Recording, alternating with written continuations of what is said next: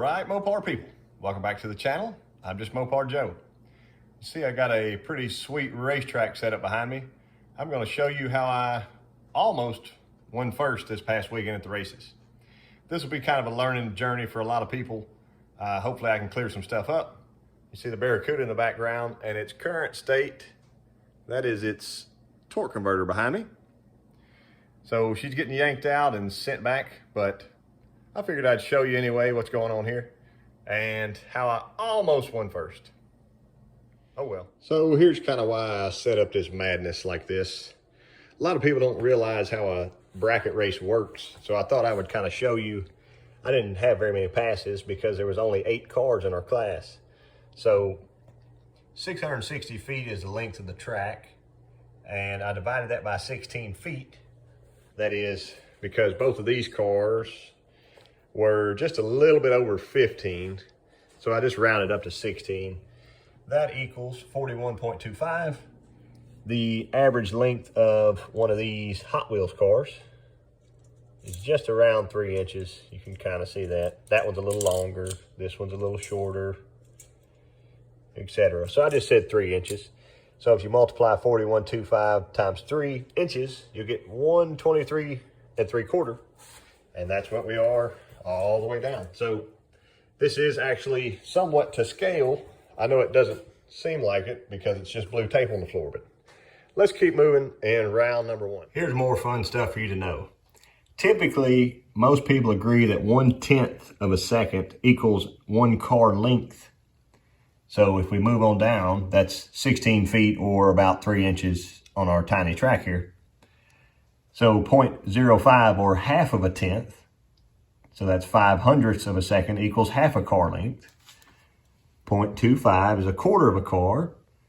0.0125 is an eighth of a car. So that's about a fender or slightly less. If you see anything around that area, it's a pretty tight race.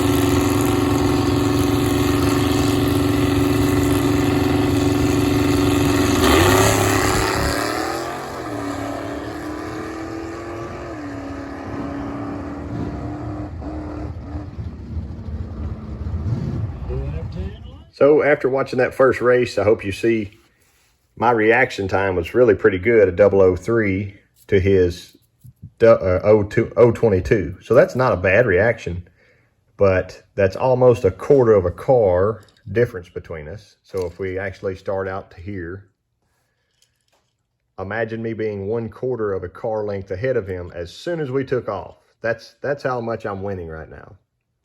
So reaction time is probably the most crucially important thing I can tell you. In theory, if both cars run their exact dial-in or ET, this relationship will last all the way down the track. I would have beaten him by about a quarter of a car length. So something like that. So still a very close race there. In the ET times that we both dialed, I dialed a 755 and ran a 764. So I was off my dial-in by 9/100ths of a second or 0.09.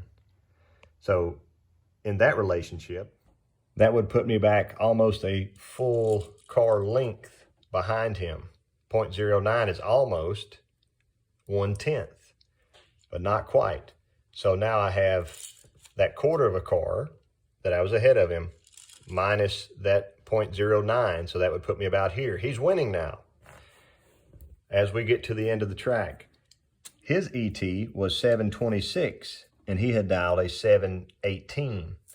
So because he was further off his ET, so 18 to that 26, or 8/100ths of a second, that now moves him backwards 8/100ths, almost a car length. So that would put us at this relationship going across the end of the track. That total would be 0.016. If you'll remember, I showed you earlier, 0.0125 is 1/8 of a car. So this is slightly more than 1/8 of a car. That would put me winning just by about half of a fender. That was a very close race, a very good race, and I'm glad I won it. Let's look at round number 2.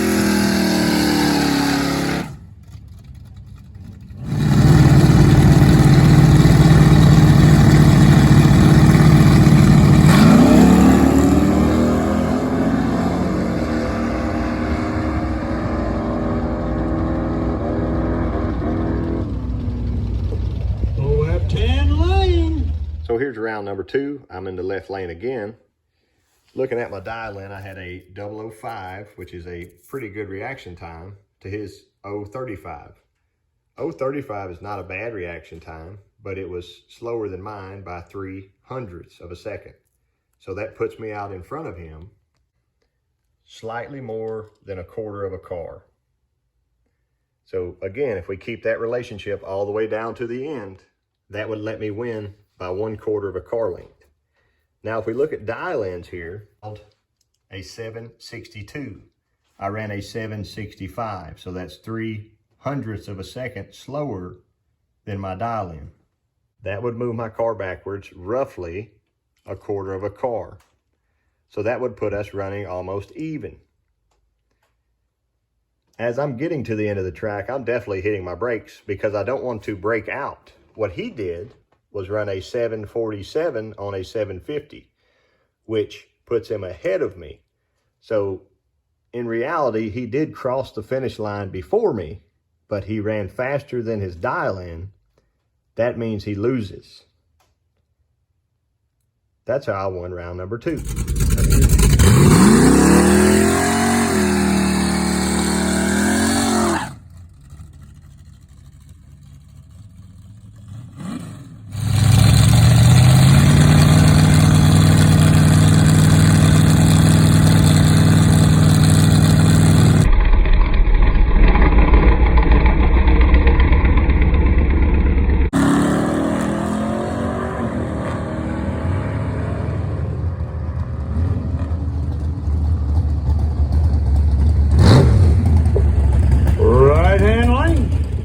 Here's round number 3.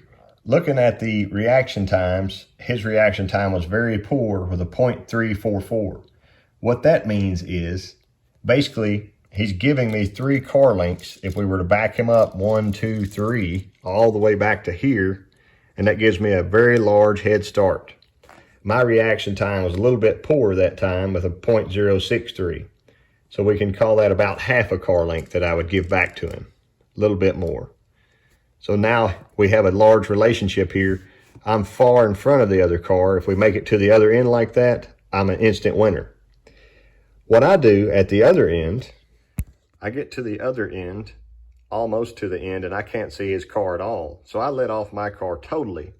I run an 802 to his 899, but that would still be several car lengths in front of him. There's no need for me to outrun my time and break out. So I was better off tapping the brakes or just letting off the gas here. Because of my good reaction times earlier, that buy run actually carried over. So that puts me automatically in the semifinals. I get a free run.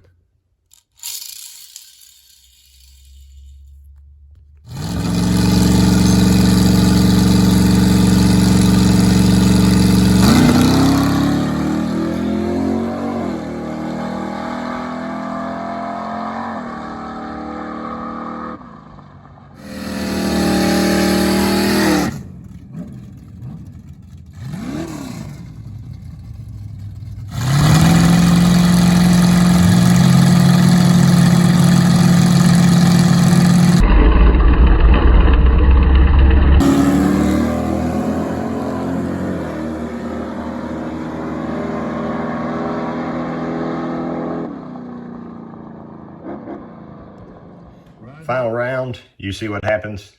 I red lit. It was by 0.05 of a second, so almost half of a car length. I took off too soon, so it would have put us at that relationship there. If we made that all the way to the end of the track, I would have been in front, but I automatically lost because of the good old red light. So some of the best advice I can give you in this instance, if you're not sure about your car, converter, or matchup, or whatever, ask the other person if they'd like to split the money at the end. That's what I did, and we had a good agreement, so we both took on the same amount of money, even though I red lit and lost. That kind of helps with gas and fuel for the car, parts, that sort of thing. Entry, it repays stuff for you, so that's a little bit nice to end up getting some kind of money out of the deal. Bracket racing is one of the major sports that you can start out a billionaire and become a millionaire. So keep that in mind. Nobody really gets rich doing it. but it is a lot of fun. I've got some major changes coming to the car. That's why I don't mind showing you my tickets and stuff. It was a very hot day. I'll post that temperature up for you. I just wanted to show it and just record it to kind of know. But yeah, I appreciate y'all watching. And if you want to see what happens next with the car, you got to stay tuned.